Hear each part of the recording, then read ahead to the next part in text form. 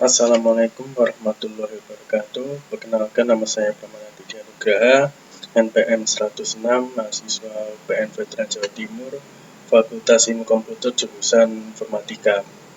Pada video kali ini saya akan menjelaskan tentang pertemuan 2 dari mata kuliah Audit Sistem dan Teknologi Informasi.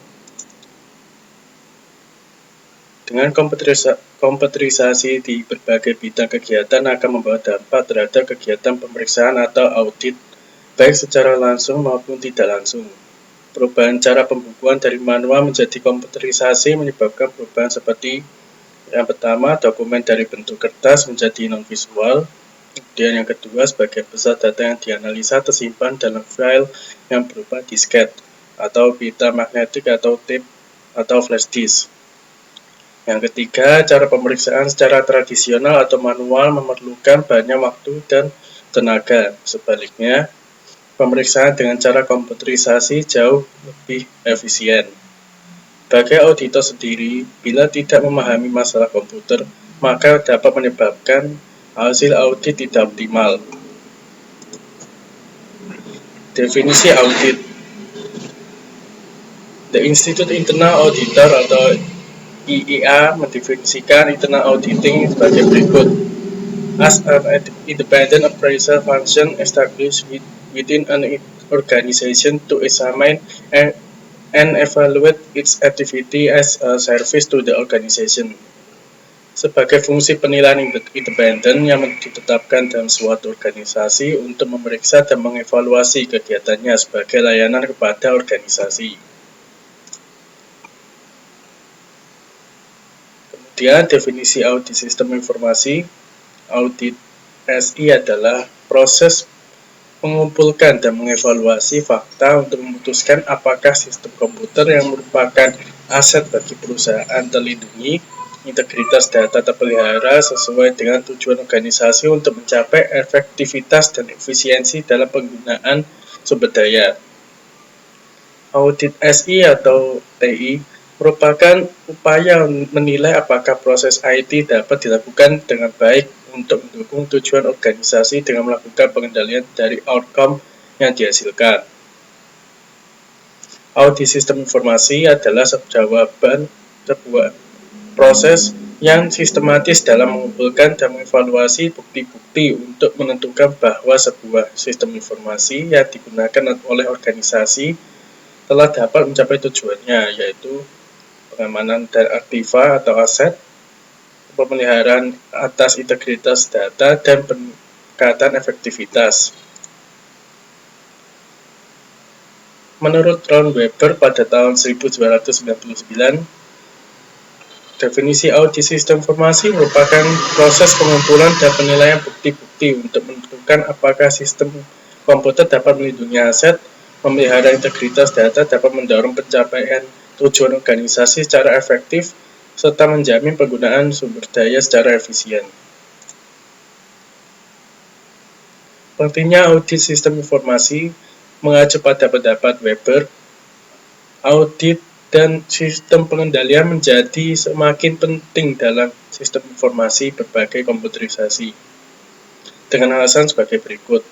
Yang pertama, besarnya biaya dan kerugian apabila data di dalam komputer hilang. Yang kedua, biaya yang harus dibayar bila sampai mutu kepuasan buruk akibat pengolahan data yang salah atau informasi untuk bahan pengambilan keputusan salah.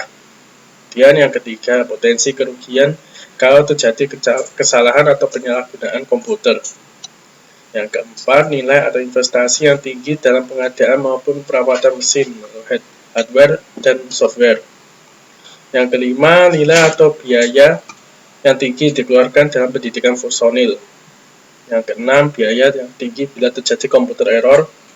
Ketujuh, perlunya dijaga privasi mengingat di komputer tersedia data rahasia. 8. Agar pengembangan dan pertumbuhan komputerisasi dapat terkendali. Control evolution of computer use.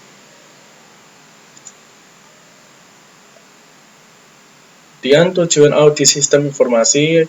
Ada 4 tujuan audit sistem informasi, yaitu yang pertama melindungi dan mengamankan aset organisasi, yang kedua menjaga integritas data, Yang ketiga, menjaga efektivitas sistem.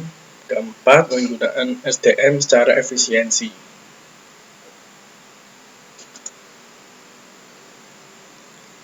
Melindungi atau mengamankan aset organisasi. Aset yang dilindungi merupakan aset atau aktiva yang berhubungan dengan instalasi sistem informasi, seperti yang pertama perangkat keras atau hardware, yang kedua perangkat lunak atau software, yang ketiga manusianya, kemudian yang keempat data dokumentasi sistem, yang kelima adalah peralatan pendukung. Menjaga integritas data.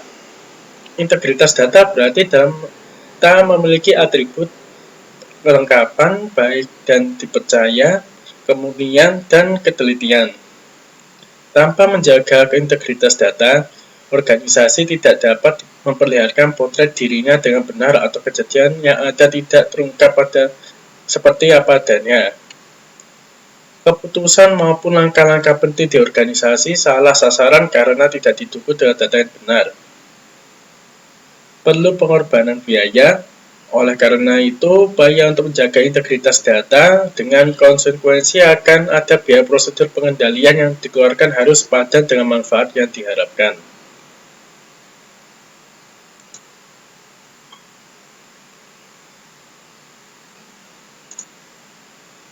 Menjaga efektivitas sistem.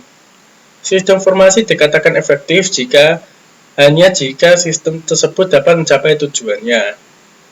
Perlu upaya untuk mengetahui kebutuhan pengguna sistem tersebut atau user.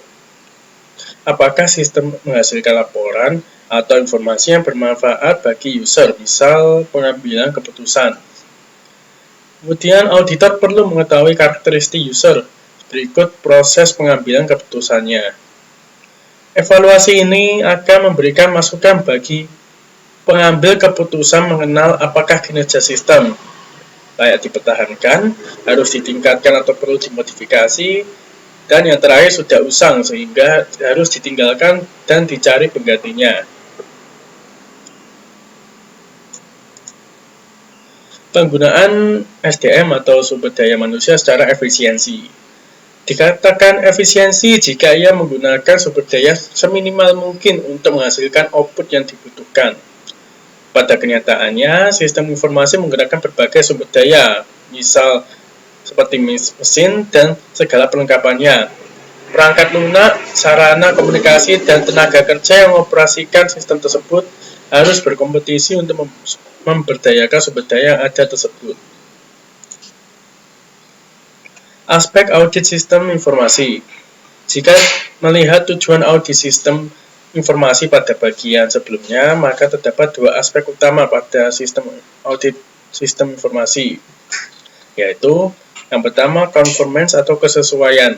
Pada kelompok tujuan ini, audit sistem informasi difokuskan untuk memperoleh kesimpulan atas aspek kesesuaian, yaitu confidentiality atau kerahasiaan, dan integrity atau integritas, availability atau ketersediaan, dan compliance atau kepatuhan. Yang kedua, performance atau kinerja. Pada kelompok tujuan ini, audit sistem informasi difokuskan untuk memperoleh kesimpulan atas aspek kinerja, yaitu efektivitas, efisiensi, dan kehandalan. Audit sistem informasi dimasukkan untuk memberikan informasi kepada manajemen puncak agar manajemen mempunyai penilaian yang jelas terhadap sistem informasi yang sudah diimplementasikan pada organisasi tersebut. Misalnya, bahwa aplikasi yang ada telah dianalisis dan didesain dengan baik, telah diimplementasikan dengan security feature yang memadai. Ruang lingkup audit sistem informasi. Pertama, mengidentifikasi sistem yang ada, lalu kedua, memahami seberapa besar sistem informasi mendukung kebutuhan strategis organisasi dan operasional organisasi. Yang ketiga, mengetahui pada bidang atau area nama, fungsi, kegiatan, atau bisnis proses yang didukung dengan sistem informasi. Yang keempat, menganalisis tingkat pentingnya data atau informasi yang dihasilkan oleh sistem dalam rangka mendukung kebutuhan para pemakainya. Yang kelima, mengetahui keterkaitan antara data, sistem pengolahan, dan transfer informasi. Yang keenam, mengidentifikasi apakah ada kesenjangan atau gap antara sistem dan kebutuhan. Dan yang terakhir, membuat peta atau map dari arus informasi yang ada. Metodologi audit sistem informasi.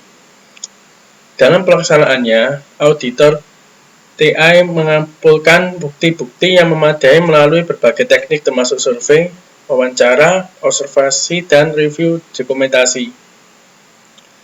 Satu hal yang unik, bukti-bukti audit yang diambil oleh auditor biasanya mencakup pula bukti elektronis. Biasanya, auditor IT menerapkan teknik audit berbantuan komputer, disebut juga dengan CAAT atau Computer Aided Auditing Technique. Teknik ini digunakan untuk menganalisa data, misalnya saja data transaksi penjualan, pembelian, transaksi aktivitas persediaan, aktivitas nasabah, dan lain-lain.